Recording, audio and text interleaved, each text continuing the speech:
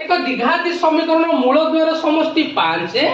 ओ गुणफल 6 हेले समीकरणटी केते ता माने पिले एठै देइछि अल्फा प्लस बीटा बीजद्वयर समष्टि केते देइछि 5 बीजद्वयर गुणफल अर्थात अल्फा इंटू बीटा हिछि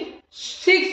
बुझेला। तेबे आवश्यक द्विघाती समीकरणटी कोन पिले सूत्र में मन रखिबा जदि alpha plus beta alpha into beta दत्त देइथिबो तेबे आवश्यक द्विघात समीकरणटी हला x स्क्वायर माइनस बीजद्वयर समष्टि होल इंटू x